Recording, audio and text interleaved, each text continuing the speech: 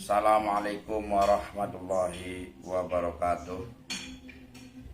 Alhamdulillah wal khairu wa syarru bi masyiatillah. Asyhadu an la ilaha illallah wa asyhadu anna Muhammadan abduhu wa rasuluh. Allahumma shalli wa sallim ala sayyidina Muhammad wa ala alihi wa ashabihi. Amma ba'du. Kepada para pecinta ilmu, pecinta hukum Islam, para santri, santriwat yang berbahagia, mudah-mudahan selalu dalam lindungan Allah Subhanahu wa ta'ala. Sebentar lagi kita akan memasuki bulan haji yang pastinya kita akan mengalami banyak orang-orang yang berkorban. Di desa saya terus terang saja sering juga terjadi anak-anaknya itu ingin berkorban untuk keluarganya atau orang tuanya, tapi yang sudah meninggal dunia. Sehingga dalam masalah hal ini sering menjadi pertanyaan di tengah-tengah masyarakat.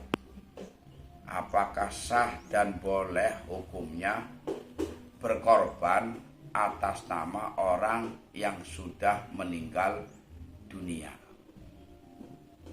Oleh karenanya dalam pembahasan video kali ini saya ingin membahas masalah hal itu secara hukum Islam.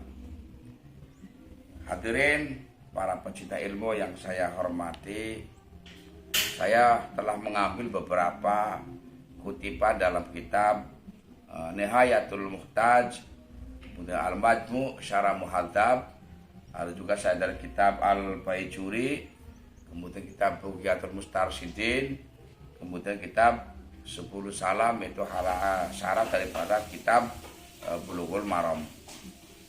Baiklah para pecinta ilmu yang saya hormati, saya langsung saja ingin membahas masalah tersebut. Di dalam kitab Nihayatul Muhtaj diterangkan wala tajuzu wala taqa'u udhiyatun dalam kurung an mayyitin illam yusi biha. Dalam kitab Nihayatul Muhtaj halaman 331 kisah 27, di situ menerangkan kalimat tidak diperbolehkan atau tidak boleh dan tidak terjadi kurban atas nama mayit apabila si mayit tidak pernah berwasiat. Dalam kitab Asnal Matoli juz 6 halaman 484, wala yudhi ahadun an ghairihi, seseorang tidak bisa berkorban atas nama orang lain bila iznin minhu, tanpa ada seizin darinya. Walau kana mayitan, sekalipun untuk orang mati, fa in adzina lahu waqa'at anhu, dan apabila orang lain tersebut atau orang yang sudah meninggal dulunya mengizini, maka boleh kurban atas nama orang lain. Bagaimana bentuknya orang sudah meninggal kok mengizini?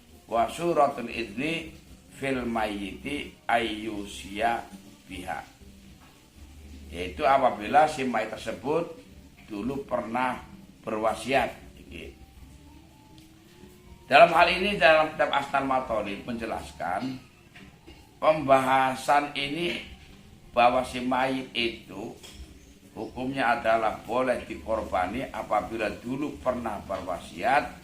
Itu terjadi apabila dalam masalah kurban yang tatawu atau kurban yang sunnah.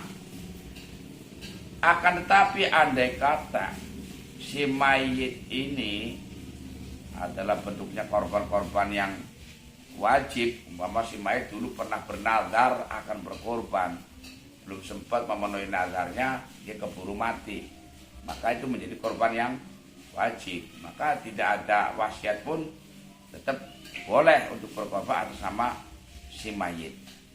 Ini satu pendapat Dalam kitab Nihayatul Muqtad Asnal, juga dalam kitab Asnal Matolib, juga dalam kitab Majmu' Syarah Muhadzab, terangan awal, laudoha an ghairihi bi ghairi idhi lam yaku anhu wa ammat tadhiyah anil mayyit. Nah, ini yang akan menjadi perbedaan pendapat di sini. Korban atas nama orang lain itu tidak bisa kecuali ada izin darinya. Tapi Imam Abul Hasan Al-Abbadi ini punya pendapat yang berbeda. Apa pendapatnya? Jawazaha li annaha darbun minas sodaqah. Wa sodaqatu tasihu anil mayyit wa tanfa'u wa tasiru ilaihi bil ijma'. Ini pendapat saya Abul Hasan Al-Abbadi, bahwa hukumnya boleh berkorban atas nama orang lain, atas nama mayit, hukumnya boleh karena korban merupakan jenis daripada sodakoh. Sedangkan sodakoh untuk orang yang sudah meninggal itu sah dan bermanfaat dan pahalanya sampai. Ini pendapat Imam Abul Hasan Al-Abbadi. Saya mengulang kembali di atas, kan tadi ada yang kelewat. Dalam kitabnya Nihayatul Muqtad, kenapa kalau orang yang sudah meninggal dunia mau dikorbankan harus ada wasiat? Dia punya alasan karena korban itu merupakan fidaan lin nafsi atau fidain nafsi, untuk menebusi awaknya dewek. Oleh karenanya akan bisa terjadi apabila ada izin. Berbeda dengan sodako. Ini kalau dalam kitab Nihayatul Muqtad, berbeda dengan sodako. Kalau sodako itu bukan untuk fidaun nafsi, sehingga tanpa seizinnya boleh. Jadi di sini ada pendapat dalam kitab Nihayatul Muqtad, sodako tanpa izin atas nama orang lain atau atas nama mayit hukumnya sah, karena sodako bukan fidaun nafsi. Sedangkan kurban atas nama orang lain, atas nama mayit harus ada izin atau wasiat karena berbentuk fida nafsi atau nebus badan, nebus awak. Saya lanjutkan pendapat, ini sudah ada dua pendapat berarti tadi. Pendapat yang pertama tetap tidak sah kecuali ada wasiat korban untuk orang yang sudah meninggal. Pendapat yang kedua adalah pendapat Imam Abul Hasan Al-Abbadi. Ini hukumnya adalah boleh-boleh saja walaupun gak ada wasiat karena berbentuk merupakan sodakoh. Pendapat ini juga didukung nih, pendapat Abul Hasan didukung oleh kitab 10 Salam nih. Salam caranya kitab Bulughul Maram. Saya bacakan di sini ya. Wadalla annahu yasihun niyabatul mukallaf an ghairihi fi fi'li ta'at. Boleh seorang mukallaf ini menggantikan atas sama orang lain di dalam melakukan ketaatan. Wa in lam yakun min ghairi amrun wal wasiyah, sekalipun orang lain tersebut tidak ada perintah dan tidak ada wasiat. Fa yasihu ayyuj'ala atau ayyaj'ala thawaba amalihi li ghairihi min sholatin kanat wa ghairiha. Maka sah pahala amalnya untuk orang lain, baik berbentuk sholat ataupun selainnya. Jadi kitab 10 Salam ini sama dengan pendapatnya Syekh Abul Hasan Al-Abbadi. Kemudian dalam kitab Bughyatul Mustarsidin ini ada pendapat seperti ini. Qala ain sin ali syibru malisi walau ba'da tadhiyati biha an-nafsihi lakin qayyada fitufah. Ini ada keterangan di belakangnya, lakin qayyada fitufah jawazal isyraqi fi thawabi bil mayyiti kiasan alat tasadduq anhu. Dalam kitab Tufah bolehnya kita isyraq. Isyraq itu menyekutukan pahala, ya isyraq fi thawab, bil mayyiti kias ala tasadduq, dikiaskan dengan sodakoh, tapi dalam masalah pahalanya saja. Ini kalau saya lihat dalam kitab Bughyatul Mustarsyidin, orang hidup berkorban, tapi pahalanya untuk dirinya dan untuk orang yang sudah meninggal. Hukumnya adalah boleh, karena disamakan dengan sodakoh. Kalau dalam kitab Subul Salam nggak ada keterangan isyrok, langsung untuk orang yang sudah meninggal boleh karena disamakan dengan sodakoh. Abu Hasan Al-Abadi juga tidak membahas isyrok, akan tetapi hanya membahas bahwa ibadah termasuk juga kurban untuk orang yang sudah meninggal, hukumnya boleh walaupun tidak ada wasiat. Tapi kalau dalam kitab Bughyatul Mustarsyidin, di sini saya dalam halaman 257, boleh isyrok. Isyrok ini isyrok fi thawab, jadi pahalanya saja diberikan kepada mayit dan untuk dirinya yang berkorban. Ini hukumnya adalah boleh. Dalam kitab Al-Baijuri, ini agak sedikit tambahan kalau dalam kitab Al-Baijuri. Al-Baijuri ini juz 2, kemudian halamannya 306. Di sini kita terangkan